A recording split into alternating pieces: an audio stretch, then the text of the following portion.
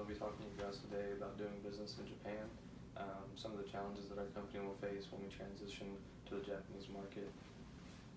Some of the things we'll be touching on today are the different social customs, how they differ between in Japan versus here in America, what our business needs to know in order to accommodate these social customs.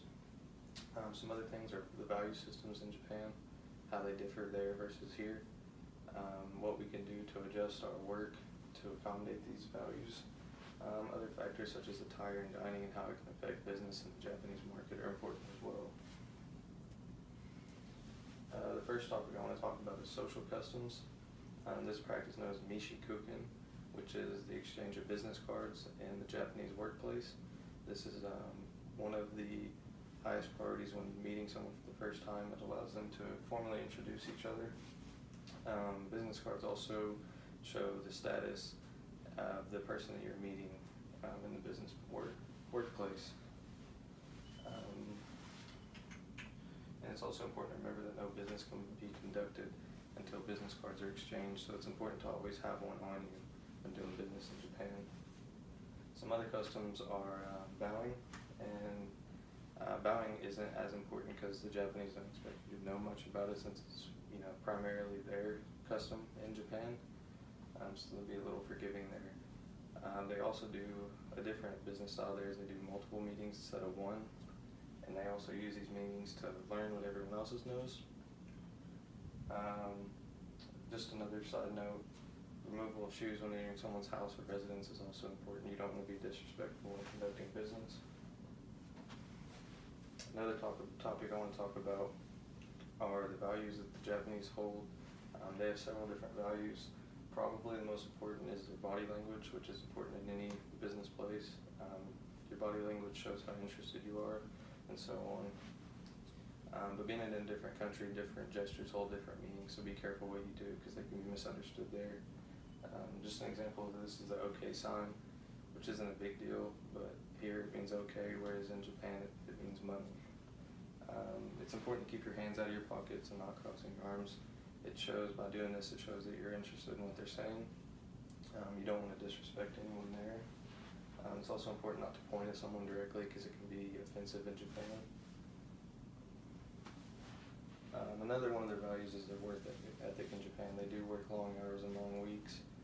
The job becomes a part of someone's identity in Japan. A job also can determine your social status in Japan as well. And in Japan, the process of doing the job is important as the outcome of doing the job because it shows that you can do your job to such a high degree. So the process is very important to them. The last topic I want to touch on when doing business, because a lot of businesses take place over dinner or drinks or so on, is clothing. So when you meet someone, it's important to show that you're clean, always be clean shaved. Dressing clean and neat, good hygiene is important to them as well. It's also important to dress conservatively, nothing wild that can offend them. Keeping your attire simple is a big thing to touch on. They prefer black suits, dresses, so on, stuff like that. Normal office attire, so don't wear anything crazy that can offend them. And solid colors, black, nothing vibrant or loud, I guess you could say. And the last thing I want to touch on today is dining. When you're with someone doing business outside of the office place, a lot of the communication in Japan is indirect, so they take a lot of the meaning of what you're saying from the context of the situation. So it's always important to be mindful, like I said earlier, of your body language and the gestures you make, stuff of that nature. One example of this is not using chopsticks if you blatantly say you want a fork, such as we would here. It can be offensive to them because it shows you don't care about their culture at all, that you're not trying to learn. Another important thing is tipping is not customary in Japan. If you tip without insinuating why you're tipping, it can be taken as an offensive gesture to not even just them, but to the server or the restaurant. The last thing is the Japanese will, do business over drinks to evaluate your character and what you do outside of the office place. And now we come to my conclusions and what I would recommend our company do in this situation. So my Conclusions have been that social customs are important to the Japanese. They hold their customs to very high standard as well as their values.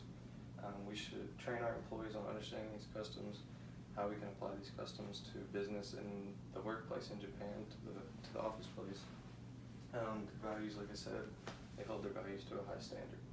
We should train our employees on the values and how we can apply these values to business over in Japan, such as the long work weeks. While we may want to limit hours and such, it's important that we apply these values so that they know we're serious in doing business with them. We should also pay close attention to clothing and dining etiquette of our employees, so that we inform them of the more conservative dress code that they have there, so that we don't offend anyone before we even start doing business. These are all really important things when doing business in Japan, and that concludes my presentation. Thank you.